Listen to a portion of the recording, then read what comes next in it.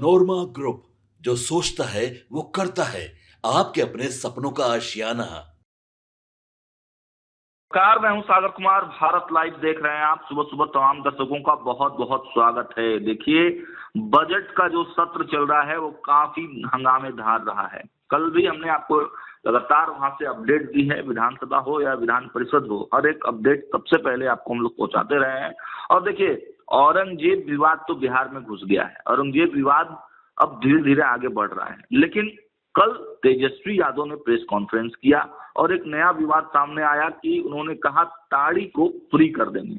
शराबबंदी कानून पहले से लागू है, लेकिन ताड़ी को फ्री कर देंगे। उसके बाद कांग्रेस की विधायिका कहती हैं कि उससे भी एक कदम आगे वो निकल जाती हैं। वो कह रही हैं कि ताड़ी तो छोड़िए, हम शराब ही चालू कर देंगे बिहार में। तो देखिए, ये सब सियासत तो चल ही रही है, लेकिन अब देखिए, तेजस्वी यादव भले ही 2500 रुपया, 1500 रुपया, 500 रुपया और बिजली बिल, गैस सिलेंडर सब देने की बात कर रहे हो, युवा आयोग की गठन की बात कर रहे हैं, ताड़ी हटाने की बात कर रहे हैं, बावजूद इसके तेजस्वी यादव को हराने की सुपारी ले ली गई है।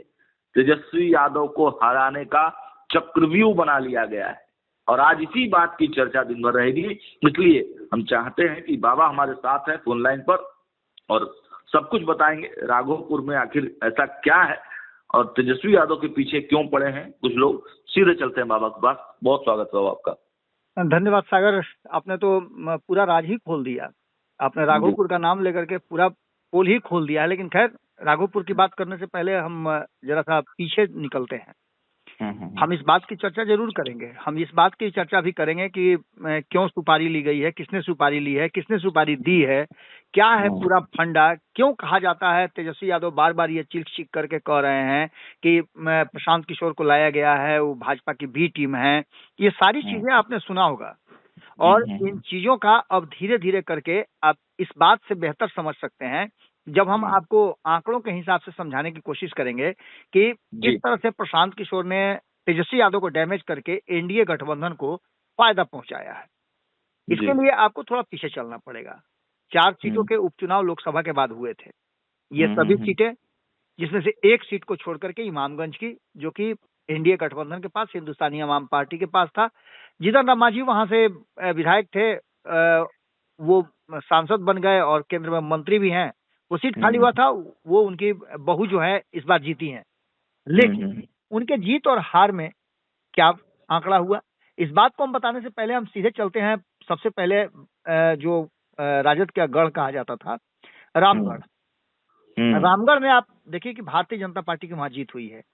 ये वही अशोक कुमार सिंह हैं जो 2015 में हारे थे, 2020 में भी हारे थे। और इस पूरी जीत में आप एक बार देख लीजिए कि राष्ट्रीय जनता दल जो यहाँ जीत करके 2020 में आई थी, वो तीसरे नंबर पे पहुंच गई। वोटों का अंतर 26,432 के आसपास था। इसका मतलब आप समझ सकते हैं कि क्या होगा, जबकि आपको पता है कि अगर 1,000 के नीचे हार जीत जहां जिन क्षेत्रों में हुई थी, उन क्षेत्रों में ये भी आता था, रामगढ़ भी आता था। जी जी जी। इन सारी बातों के साथ साथ अशोक कुमार सिंह का मुकाबला बीएसपी से हुआ और यहाँ जनसुराज जो पूरी तरह से फिसड्डी साबित हुई, 6,513 वोट आए।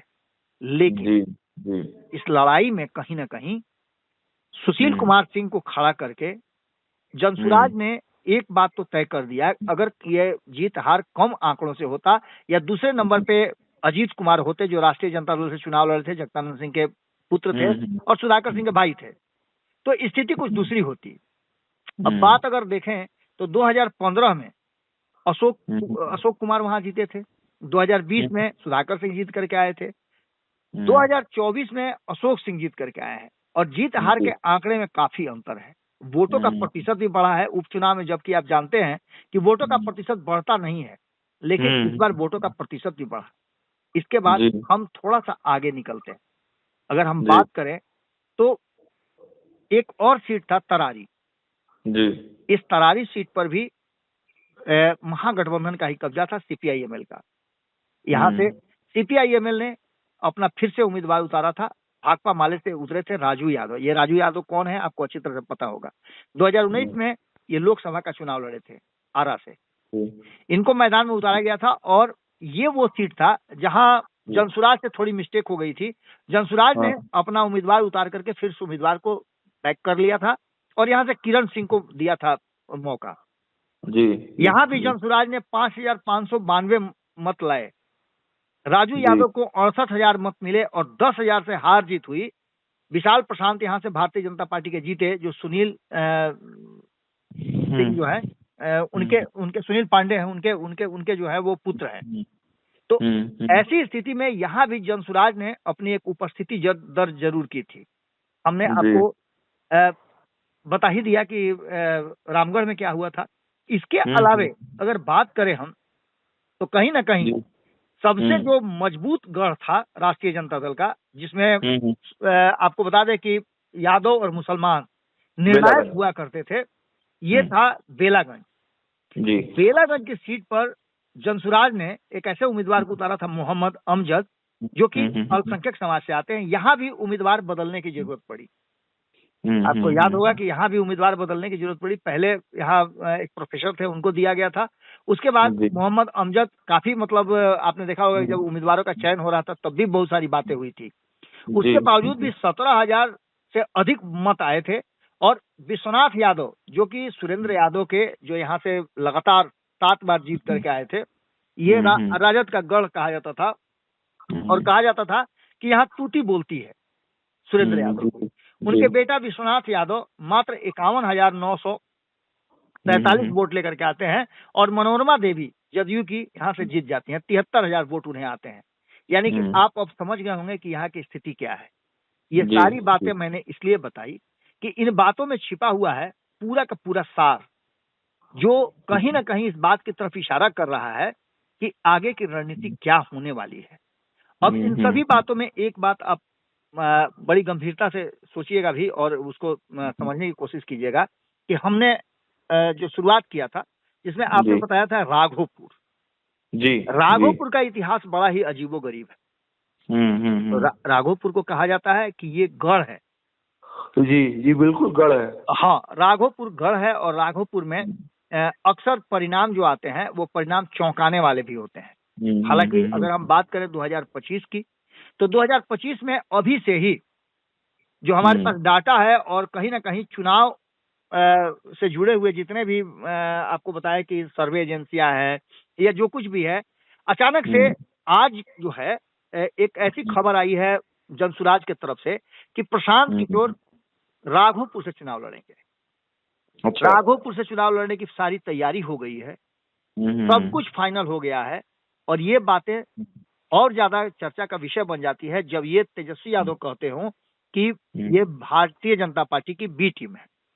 अब इन सभी परिस्थितियों को ऐसे आप जोड़ सकते हैं कि अभी हम एक आंकड़ा देख रहे थे जिसमें 2025 के संभावित उम्मीदवारों के नाम लिखे हुए थे, जिनमें तेजस्वी यादव तो कंफर्म चुनाव लड़ रहे हैं क्योंकि वो मुख्यमंत्री भी बनना है उनको। 2 बार से वहां 2015 और 2020 में कंफर्टेबल जीत करके आए, हम आंकड़े भी बताते हैं। लेकिन इसके साथ साथ भारतीय जनता पार्टी के सतीश कुमार यादव का नाम लिखा हुआ है, जो कभी राबड़ी देवी को हराए थे जी। इसके बाद जनसुराज पार्टी प्रशांत किशोर का नाम इसमें लिखा हुआ है। अच्छा। इसके बाद अन्य लोगों का नाम हो चाहे नहीं हो, नोटा का नाम जरूर लिखा हुआ है जी जी। यानी 2025 में अभी चुनाव की घोषणा नहीं हुई, कुछ भी नहीं हुआ, लेकिन उम्मीदवारों की लिस्ट में आप सोशल मीडिया पर देख रहे होंगे कि ये 1 2 3 4 जो है वो कॉलम बने हुए हैं। अब इसके बाद हम सीधे 2020 पर पहुंचते हैं। 2020 में तेजस्वी यादव यहाँ से चुनाव लड़े थे और तेजस्वी यादव को 97,404 मत मिले थे, जो कि 48% होता है से ज्यादा, 48% ज्यादा होता है। और ऐसे में भारतीय जनता पार्टी ने अपने उम्मीदवार उतारे थे, उनको आए थे 59,230, यानी 29%। अंतर आप देख रहे होंगे, काफी अंतर है। लेकिन इस 29% में से 13% जोड़ दीजिए आप। जब 13% आप जोड़ दीजिएगा तो ये सीधे तौर पे हो जाता है 43%। हम ये 13% क्यों जुड़वाए कि सतीश कुमार को 59,230 मत आए, तो वहीं लोक जनशक्ति पार्टी के राकेश रोशन को 24,947 यानी 25,000 मत आए और 13% के 12.5% से ज्यादा उनको वोट आए। नोटा को यहाँ 4,458 वोट मिले थे और इन सबको जोड़ दीजिए आप तो सीधे तौर पे आपको नजर आएगा कि ये वो स्थिति थी जहां तेजस्वी यादव को मुश्किलें हो सकती थी यदि लोक जनशक्ति पार्टी पिछले बार चुनाव में भारतीय जनता पार्टी और राष्ट्रीय जनता दल यानी एनडीए के विरुद्ध चुनाव नहीं लड़ती। तो ऐसी स्थिति में आप समझ सकते हैं कि स्थिति क्या रही होगी। बात करें 2015 की तो 2015 में भी उनको 91,000 मत मिला था, यानी कि 97,000 और 2015 में 91,000। तब भी सतीश कुमार लड़े थे और सतीश कुमार को 68,000 वोट मिले थे। तेजस्वी यादव पहली बार वहां चुनाव लड़े थे और जीत करके आए थे। अब इन सारी परिस्थितियों को आप इस तरह से देख सकते हैं। एक तरफ ये सारी बातें जो हमने बताई आंकड़ों के हिसाब से, इन आंकड़ों के हिसाब से बताई गई बात में कुछ ऐसी बातें भी हैं जिसको लेकर के आप चर्चा कर सकते हैं और इस पर आप मंथन भी कर सकते हैं। सीधे तौर पे बिहार चुनाव में प्रशांत किशोर की एंट्री और प्रशांत किशोर को लेकर के आपने देखा भी होगा कि एक फॉर्म भरा जा रहा है। उस फॉर्म की कॉपी भी हमारे पास है, हम उस कॉपी को भी दर्शकों को दिखाएंगे कि इस कॉपी में पूरी तरह से 21,000 रुपया लेकर के और लोगों से फॉर्म भरवाए जा रहे हैं और उम्मीदवार चुने जा रहे हैं। बिहार विधानसभा में 4 सीटों पे उपचुनाव में जो कुछ भी हुआ वो साफ साफ बताता है कि कहीं ना कहीं अगर प्रशांत किशोर चुनाव लड़ते हैं सभी सीटों पे तो वो ज्यादा से ज्यादा डैमेज तेजस्वी यादव के वोट बैंक में भी करते हैं। हालांकि कुछ सीटों पे जैसे आपने देखा होगा कि राघोपुर में लोक जनशक्ति पार्टी 130 से ज्यादा सीटों पे चुनाव लड़ी थी 2020 में। इनमें से कुछ 4-5 सीटें ऐसी थी जिसमें आप कल ही एक इंटरव्यू आपने किया था, वो भी सीट लोक जनशक्ति पार्टी लड़ी थी और ये भी एक सीट था जिस पर राघोपुर में अपने उम्मीदवार उतारे थे लोक जनशक्ति पार्टी ने और यहाँ तेजस्वी यादव को जीत मिली थी। इसके अलावे आपको बता दें कि लगातार ये चर्चा चल रहा है कि 4 सीटों पर जिस तरह का रिजल्ट 10% वोट लेकर के आई है जनसुराज, ये दिखाता है कि कहीं ना कहीं आने वाले चुनाव में जो काम लोक जनशक्ति पार्टी ने 2020 में किया था वो काम 2025 में प्रशांत किशोर कर सकते हैं। अब इन सभी बातों को लेकर के चर्चाएं तो तेज हैं, चर्चा खूब चल रही है और सीधे तौर पे ये बात साफ साफ नजर आ रहा है कि अगर प्रशांत किशोर वास्तव में वहां से चुनाव लड़ते हैं तो प्रशांत किशोर की अपनी एक आइडेंटिटी है। उस आइडेंटिटी को लेकर के हालांकि प्रशांत किशोर ने ये साफ कर दिया है कि वो न चुनाव लड़ेंगे और न उनको कोई पद चाहिए। खैर ये तो आने वाले चुनाव की बात होगी, अभी 8 महीने बाकी हैं। लेकिन उससे पहले तेजस्वी यादव को कहीं ना कहीं इस बात से हैरानी हो गई है जिस तरह से राबड़ी देवी को आपको याद होगा कि घेरा गया था और राघोपुर में उनको हराया गया था, उसी तरह से चक्रव्यूह रच करके कहीं ना कहीं तेजस्वी यादव को भी हराने की तैयारी शुरू हो गई है। अब इस पूरी तैयारी में आप एक बात अच्छी तरह से समझ सकते हैं कि चक्रव्यूह की रचना करेगा कौन। तो वो व्यक्ति जो पूरी तरह से चुप है, कहा तो ये जा रहा है कि इसके पीछे अमित शाह का हाथ है, उनका दिमाग है और उनकी चाणक्य नीति है जिसको लेकर के वो तेजस्वी यादव को उस लायक ही छोड़ना नहीं चाहते हैं जिससे कि वो मुख्यमंत्री की कुर्सी तक पहुंच पाए। इतनी सच्चाई है ये अलग बात है, लेकिन एक बात आप मान के चलिए कि कहीं ना कहीं जो वर्तमान परिस्थिति बनी है उसमें चर्चा इस बात को लेकर के काफी तेज है कि प्रशांत किशोर की तरफ से जैसे ही ये बयान आया कि वो राघोपुर से तेजस्वी यादव के विरुद्ध चुनाव लड़ेंगे, उसके बाद से गहमा गहमी बढ़ गई है। अब देखना होगा कि व्यूह रचना में तेजस्वी यादव फंसते हैं या फिर निकल के बाहर आते हैं, क्योंकि तेजस्वी यादव ने एक योद्धा की तरह 2 बार चुनाव लड़ा भी है, विकट परिस्थितियों में लड़ा है चुनाव, आपको पता ही होगा।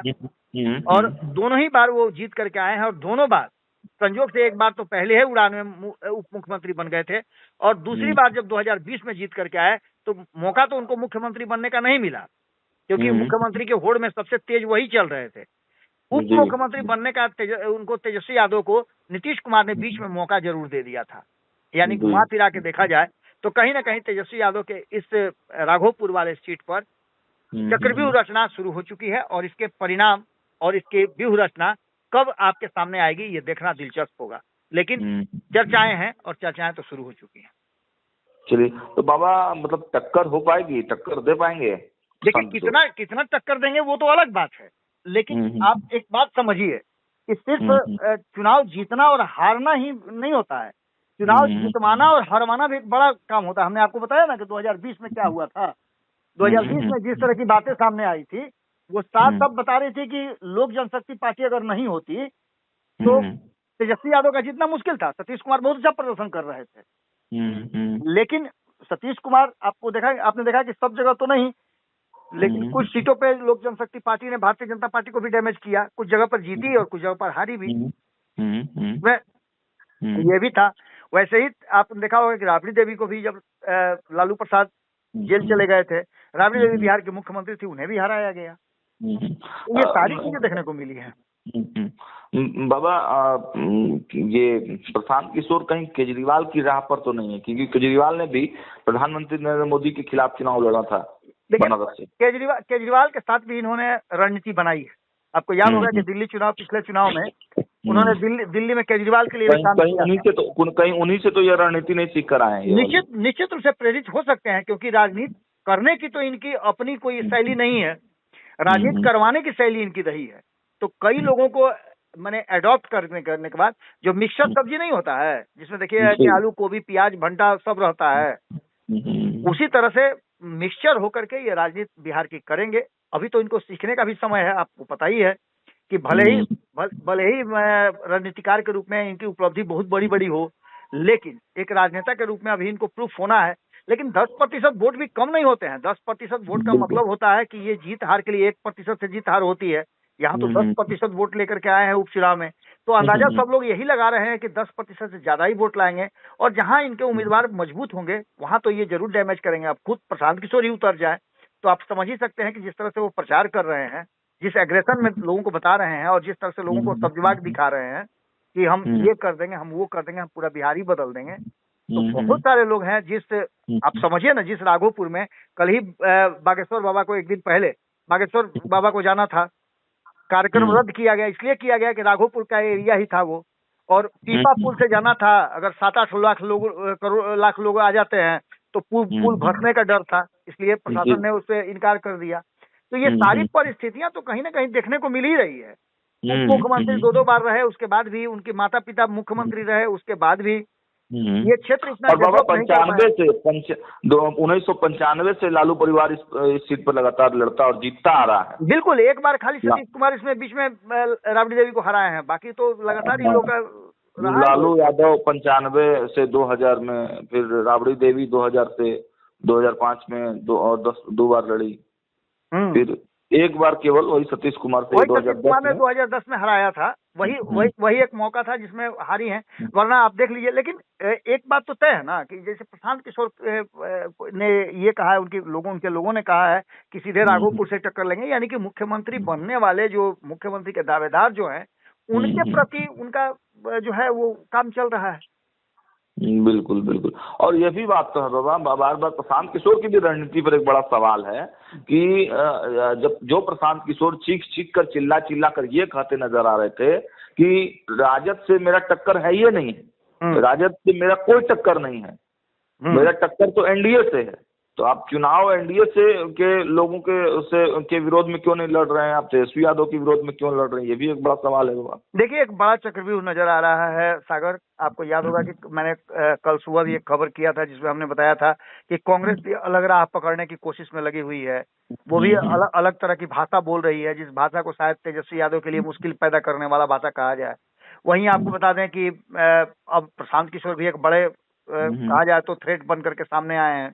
इन सभी चीजों को लेकर के एक बात तो तय मान के चलिए ना कि प्रशांत किशोर, ठीक है प्रशांत किशोर जीतेंगे नहीं, क्या इस परिस्थितियां होंगी वो तो चुनाव में पता चलेगा लोगों के वोट से।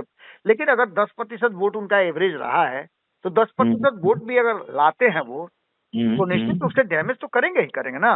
बिल्कुल बिल्कुल बिल्कुल बिल्कुल। तो चलिए, देखा आपने, बाबा ने सब कुछ क्लियर कट बताया। हालांकि कल जब प्रेस कॉन्फ्रेंस करने तेजस्वी यादव पहुंचे थे तो हम लोगों ने जब उनसे सवाल पूछा प्रशांत किशोर पर, तो मतलब इग्नोर कर गए उस सवाल को।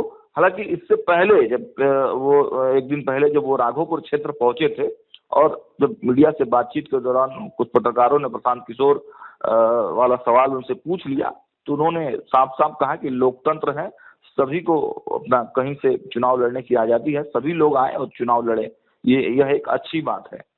वो राघोपुर प्रखंड के जुरवनपुर वाले वहां गए थे और वहां से बातचीत कर रहे थे। तो देखिए, ओवरऑल यही मैटर है कि अब प्रशांत किशोर हालांकि अभी तक फाइनली अनाउंसमेंट तो नहीं हुआ है, लेकिन हाँ चर्चाएं तेज हो गई हैं। प्रशांत किशोर भी टटोलना चाहते हैं चर्चा मार्केट में फैलाकर कि रिएक्शंस क्या निकल कर आते हैं।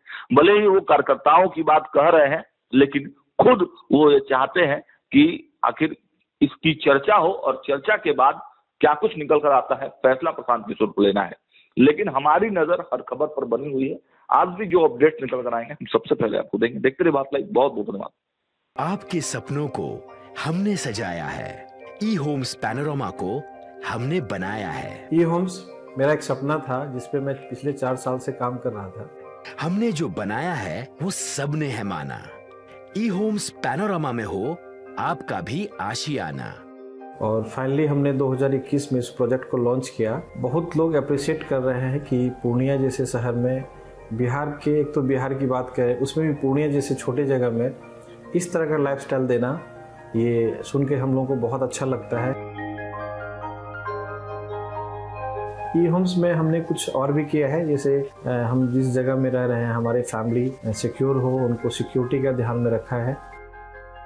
आपकी सुविधा और सुरक्षा आपके लिए खास है, ये आपका विश्वास है। इसमें आर्टिफिशियल इंटेलिजेंस का 7 लेयर सिक्योरिटी का हमने इस्तेमाल किया है। लस ग्रीन कैंपस को बनाया है। यदि हमारा बाउंड्री वाल है तो वो वर्टिकल गार्डन है। ये जितनी भी फैसिलिटी होता है एक इंटरनेशनल टाउनशिप में ई होम्स है, ये हम लोग विश्वास नहीं कर पा रहे हैं। जो भी हमारे मित्र दोस्त या जो भी हमारे बाहर के बाहर आते हैं तो हम लोगों को बहुत अच्छा सुनने को मिलता है और बहुत अच्छा क्रेडिट मिल रहा है। वो सारा हमने सिर्फ एक बिल्डिंग नहीं बनाया, हमें एक बहुत अच्छा लाइफस्टाइल दिया ई होम्स में, और मेरा एक सपना था जिसको मैं आज फुलफिल होते हुए देख रहा हूँ। ये आपका आवास है। ई होम्स पैनोरामा में अब आपका निवास है। E homes panorama, luxurious lifestyle redefined. Panorama group, जो सोचता है वो करता है। अगर ये वीडियो पसंद आई और वह बिहार के राजनीति और बिहारियत से सरोकार रखेनी तो सब्सक्राइब बटन दबा के चैनल के सब्सक्राइब कर ली। ओजे एगो घंटी बा, ओकरा बटन दबा देला से कुल सटीक और मारक खबर रुआ मुफ्त में मिल जाई। अगर रुआ पत्रकारिता के हमनी के नया प्रयोग में सहयोग कर चाहतानी तो ज्वाइन बटन दबा दी। पेटीएम नंबर नोट कर ली 9386816700।